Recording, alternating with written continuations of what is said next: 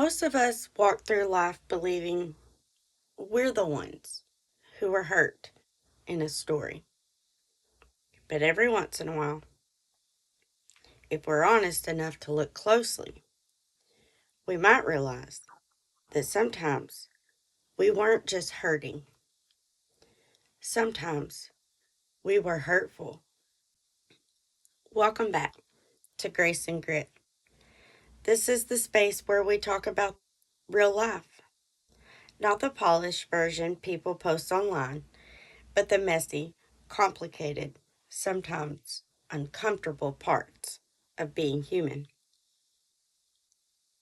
The things most of us think about, but we don't always say out loud. Because the truth is, life isn't simple, and people aren't simple. And if we're honest, neither are we. Today's conversation is one of those topics that requires a level of honesty that a lot of people shy away from. Not because it isn't important, but because it forces us to look inward. It asks us to examine parts of ourselves that we may not always feel proud of. Today, we're talking about something that most people experience, but we don't always recognize it in the moment. We're talking about the fine line between hurting and hurtful. Before we get into the deeper parts of this conversation, I want to start with saying something that might sound a little blunt, but it's true. Every single one of us has a little bit of crazy in ourselves. And I don't mean that in the way that people use it as an insult. I'm talking about the human kind, the emotional kind, the kind that shows up when we're stressed, overwhelmed, hurt, insecure, jealous, angry, or pushed to our limits. That part exists in everyone. It's the voice that says something sharp when we feel attacked. It's the instinct to defend ourselves when we feel criticized. It's the urge to react immediately instead of taking a moment to think. Sometimes it's insecurity. Sometimes it's fear. Sometimes it's anger. Sometimes it's pride. And none of these emotions make someone a bad person. They make us human. But there is a line. Because there's a difference between being someone who is hurting and someone who is hurtful. And most of the time, the difference between the two is a very, very fine line. That line is the difference between having emotions and letting those emotions control how we treat people. That line is the difference between reacting in a moment and developing patterns that cause harm. Now, here's where things get complicated because most people like to believe that harmful behavior only belongs to certain kinds of people. We like the idea that there are good people over here and there are bad people over there, as if character can be neatly divided into categories. But real life's not that black and white. It doesn't work that way. Real life is far more complicated. Most people who end up becoming or behaving in harmful ways didn't start out that way. They didn't wake up one morning and decide they were going to become the person who hurts others. More often than not, those patterns, they develop slowly. They develop In moments of stress, in moments of pain, they develop when emotions are running high and self awareness is running low. And the reason it happens slowly is because behavior shifts gradually. What starts as frustration becomes irritation. What starts as irritation becomes criticism. And what starts as criticism becomes contempt. And before someone realizes it, before they realize what's happening, the way they communicate, react, and interact with people have changed. Sometimes dramatically, sometimes subtly, but the change happens. And when people talk about toxic behavior, they often talk about it as if it appears out of nowhere, as if it suddenly arrives fully formed. But the reality is that most toxic patterns start very small. They start in moments when someone is overwhelmed. They start when someone feels unheard. They start when resentment begins to build and it isn't addressed. They start when hurt turns into defensiveness. And here's the part that makes this topic very uncomfortable. Sometimes the person crossing that line isn't someone else. Sometimes it's us. Now, that doesn't mean that everyone listening today has become harmful in their behavior. It doesn't mean that everyone has crossed that line. But what it does mean that every single one of us has the capacity to, if we stop paying attention to our reactions. Because being human means we all have triggers. Maybe your trigger is feeling disrespected. Maybe it's feeling ignored. Maybe it's being criticized. Maybe it's chaos, instability, or feeling like you're losing control of a situation. Those triggers are shaped by life experiences, by past relationships, by things we've gone through that taught us how to react to stress or conflict.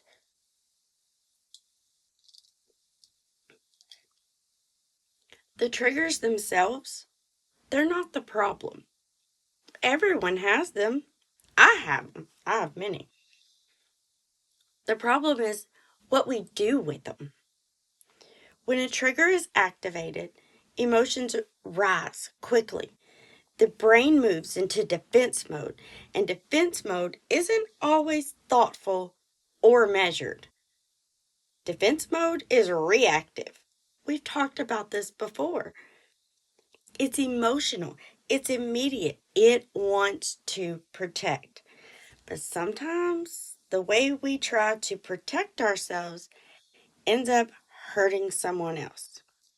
Most of the time, people who we really truly love and care about and would never hurt them intentionally. It could show up as anger. It could show up as controlling behavior. Sometimes it shows up as sarcasm or criticism. Sometimes it shows up as shutting down emotionally and refusing to communicate. And that one may not seem like a big one, but that one is harmful too. Those reactions don't always happen because someone intends to cause us harm. Sometimes they happen because someone doesn't know how to regulate the emotions they're experiencing at the moment.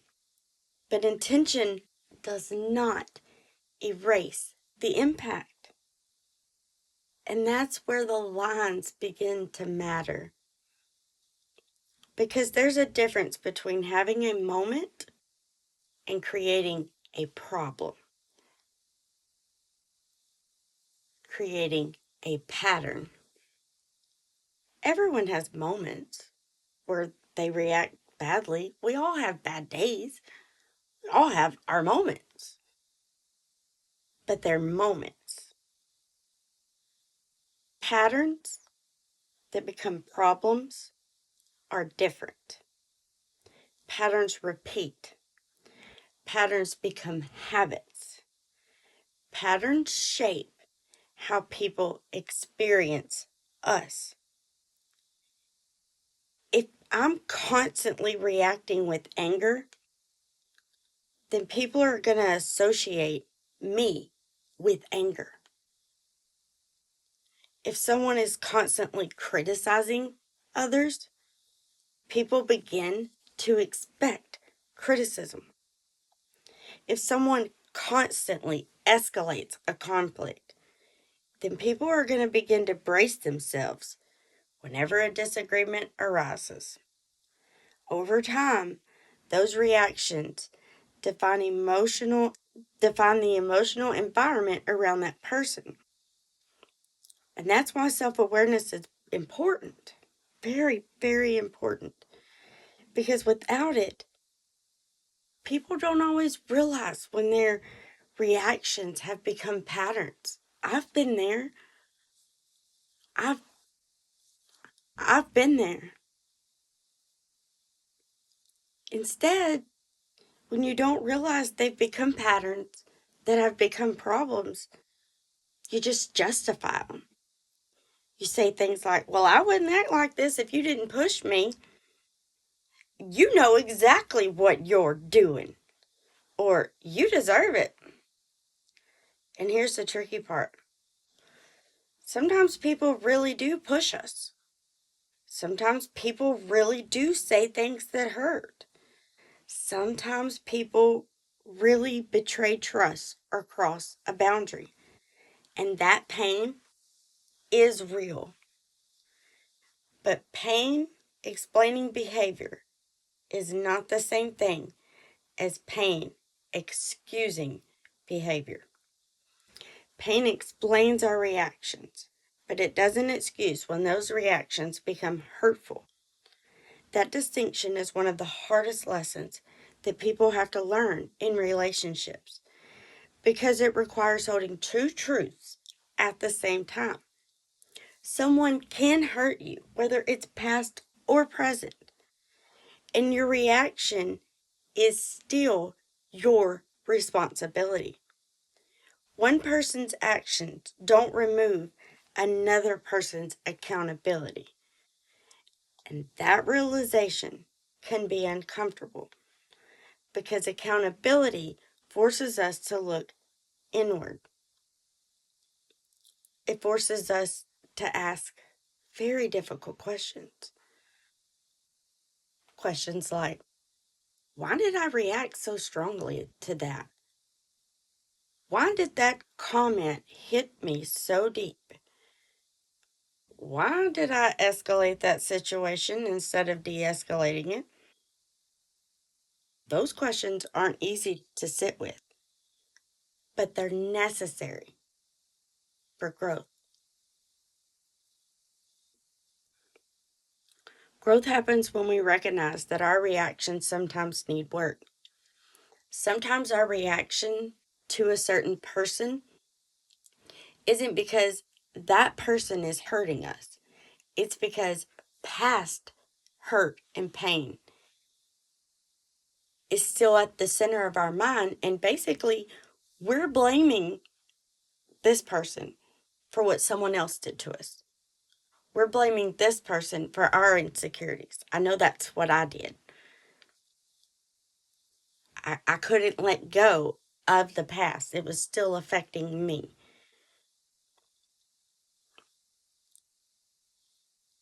There's a moment that happens for a lot of people at some point in life. A moment where they look back at a situation and they realize that they don't like the way they handled it. Maybe they raised their voice. Maybe they said something they regret. Maybe they reacted more aggressively than the situation called for. And in that moment, there's a realization. This isn't who I want to be. And that moment of awareness is powerful. It's also very uncomfortable. But it's the beginning of change. Because once someone sees their behavior clearly, then you have a choice. You can ignore it, you can justify it, or you can grow from it. And growth does not mean becoming perfect. No one becomes perfectly calm, perfectly patient, perfectly rational all the time. Growth means learning to pause, learning to recognize when those emotions are escalating, learning to slow down before reacting, learning to ask yourself, is my reaction helping this situation or is it making it worse? That pause can change everything, but it requires practice because when emotions are high, the brain wants immediate release. It wants to react, it wants to defend, it wants to push back. Choosing not to react immediately, that takes discipline. It takes emotional maturity. It takes humility. Humility to admit when we've crossed a line. Humility to apologize when it's necessary. Humility to recognize that we are still learning. Because being human means we're always learning. We're learning how to communicate better. We're learning how to regulate emotions. We're learning how to navigate relationships. We're learning how to respond instead of react. Those lessons take time. They take reflection. Most importantly, they take a willingness to examine ourselves honestly, not harshly, not with shame, but honestly. Because self awareness is not about beating yourself up for past mistakes, it's about recognizing patterns so they don't keep going unchecked. And one of the most powerful things a person can say is, I need to do better. The only person you're competing against is yourself. Be better than you were yesterday. That's what I try to do. Sometimes yesterday was better than today, but I try. But if we say that to ourselves, not because somebody forced us to say it, but because we recognize it ourselves, that kind of awareness can change relationships. I know it did for me and for mine. It saved my marriage. It changes communication. It changes emotional environment. It changes the whole the whole emotional environment around people. Because when somebody becomes aware of their reactions, they begin to manage them differently. They pause more. They listen more. They react less impulsively. And over time, those small shifts can create big changes. And ladies, when I say big changes, big changes.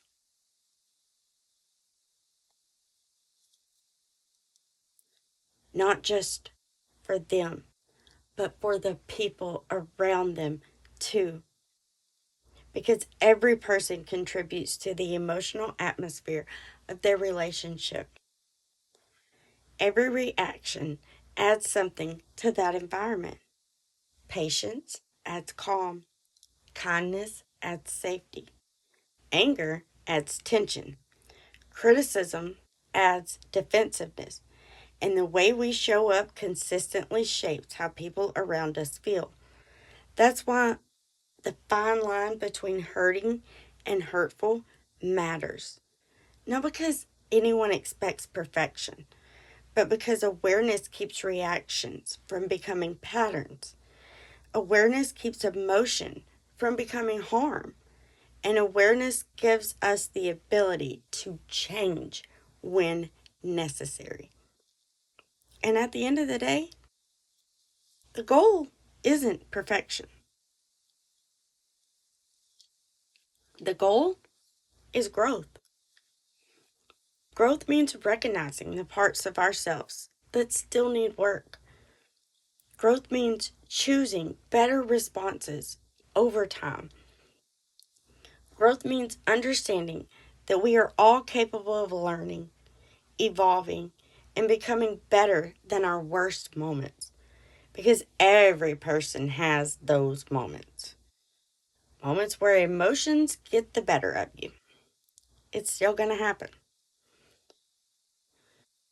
Moments where reactions come a little too quickly.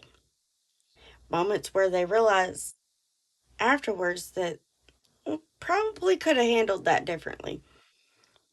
Those moments don't define someone. What defines someone is what you do after you recognize them. Do you reflect? Do you learn? Do you grow? Because the fine line between hurting and hurtful isn't about never feeling pain. It's about what we choose to do with that pain. Do we pass it on? Or do we grow through it? And that awareness is where both grace and grit meet. Grace for ourselves as we grow, and grit to keep doing the work.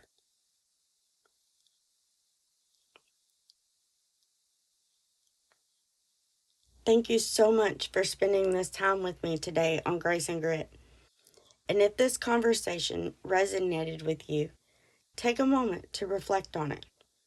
Growth starts with awareness, and awareness starts with honest conversations like this one. So until next time, keep showing up with both grace and grit. I'll see y'all next time.